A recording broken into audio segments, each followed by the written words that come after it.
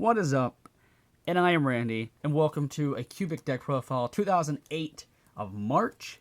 And recently at a YCS, Cubics placed top 32. So I thought, I'm going to show a Cubic Deck Profile because it seems like all the other Cubic Deck Profiles I see do not rock this type of strategy.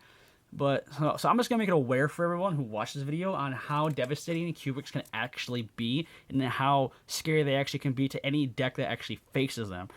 So let's just start it off. We have 3 Crimson Novas. He is your big boss monster. He is your super big boss monster. I mean, so reveal 3 different Cubic cards with different names, special summon him. He's a 3,000 beater. I say if he destroys a monster, he can attack again. And then at your end phase, he burns both you and your opponent for 3,000 damage. Which that point of his effect is really important to the strategy that this deck has. Then 3 Dirges, because he's your Foolish Barrel. He sends cards from your deck to the graveyard. Any Cubic card from your deck to the graveyard. So you can send like Wave or Karma or Unification to the grave to pop its graveyard effect. And just start your combos off. Then your Vijam, the Cubic Seed. He's great to sit on if you have nothing going for you. Like if you have a dead hand, he's in your hand. So you place him in defense mode. He's just a tank that can take everything because he can't be destroyed by battle. And then if you draw a combo piece that you need, you can pop him off to start your your combos. Then we got the Cubic Burn Engine, I call it, because every time you special summon one of these guys, they burn your opponent for 800, it's all right, but it's a little extra burn damage to get like the edge in the game, which is always nice. But the next better engine in the game of this deck, I call the Cubic Beast Engine. It's basically the same thing, but instead of burning, they have multiple attacks. Especially this guy, because you want to work up your way up to him. So, because if he attacks, he can attack again and then again. So he gets say 3 attacks, and he's 3,000 if you say bring him out by his effect. Then if you Cubic Wave him, boof him up to 6,000, or if you Karma him, and then you just make him ridiculously OP, and it's a 3 attack monster that can easily go for OTKs. And you get your summoning power, you get your Summoner Monks. Because you're already ditching your spell and trap cards anyway, so if you have a spell or trap card, I say ditch it, pop its effect, and you also can special summon as well. So it's always a plus to have him. Then another card I don't see in that many deck profiles is Goblinberg, because let's say he and Summoner Monk are in your hand.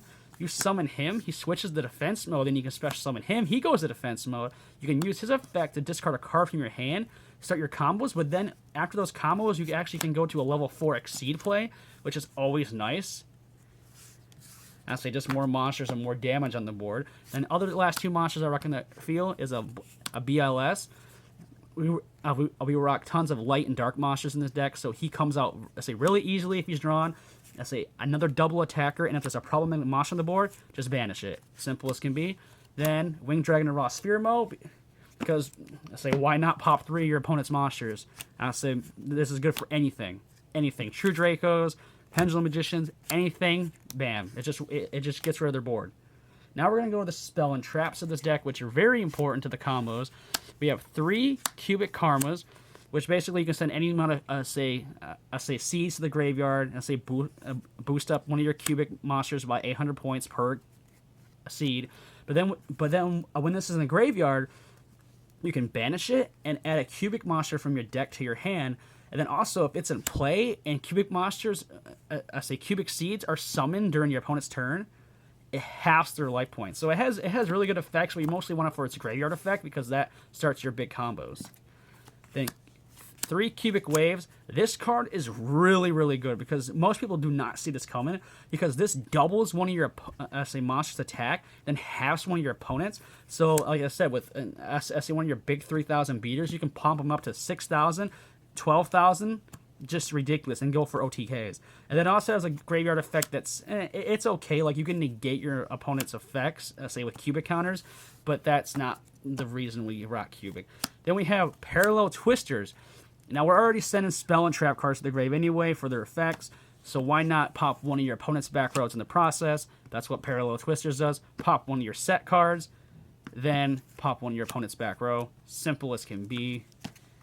1 Foolish, if I had more, I would use more, but this allows you to summon not summon, but send any of your spell and traps, especially your cubic spell and traps, to the graveyard, so you can just pop their effects, get things running, going more.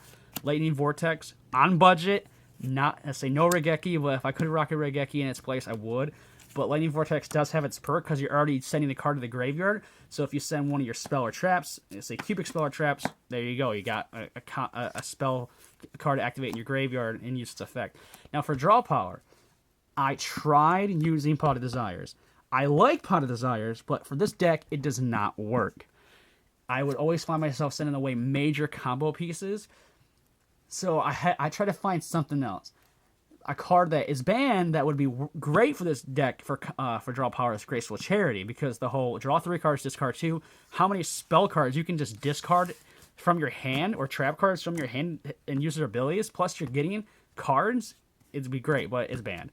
So in replace, I'm using 2 Sharded Greeds.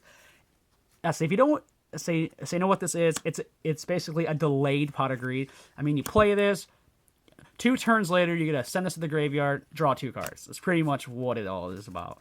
It's draw power. Say Reincarnating Nightmare to add your seeds and your big boss monster back from your graveyard to your hand. Really good. Opponent's field is just too crazy for you. Dark Hole it, get rid of everything. Doesn't target, which is always a plus. Now, your traps, 3 unifications. Standard, bring out your big cubic fusion monster, but that's not the play you normally go into. Mostly you use it for the graveyard effect. A cubic monster leaves the field. Banish this. Special summon a level 4 lower cubic monster from your deck or hand. Now the trap that I don't see no one ever using cubic deck profiles, which is weird, but here it is. 3 Barrel Behind the Doors. Now, when I first discovered this combo, I had to look up Barrel Behind the Door and make sure it wasn't banned, because it might have been on the list, it might have not, I didn't know. So I looked it up, it's not on the list, and it's at 3. Now here's the combo that I love, and it's so good. Basically, you have 1 Barrel Behind the Door set. It was set the prior turn. You special summon your big cubic monster. You end your turn after doing your damage you want throughout that turn, your other combos. You end, your opponent gets burned for the 3,000. And then you would get burned for 3,000, but then you would chain its effect with Barrel Behind the Door. Taking that 3,000 you would have took and send it right back to your opponent. Most likely OTKing them, because that's a 6,000 slam they just took. Which is crazy. I've never seen this in any profile. If you do have a profile that is on YouTube that I didn't see, I'm sorry, but like any other major Yu-Gi YouTubers that I've seen with profiles, they never use this in a cubic deck, which absolutely astounds me, because this deck is almost about burn damage. Then other 2 trap cards or 2 magic cylinders, because more burn damage, because why not?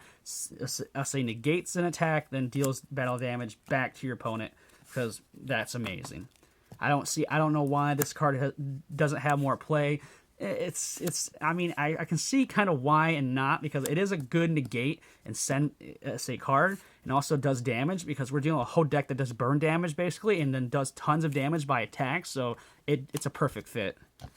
Then your extra deck, your big cubic boss monster, because because if you could bring him out, just why not? Because he's a 4,500 beater.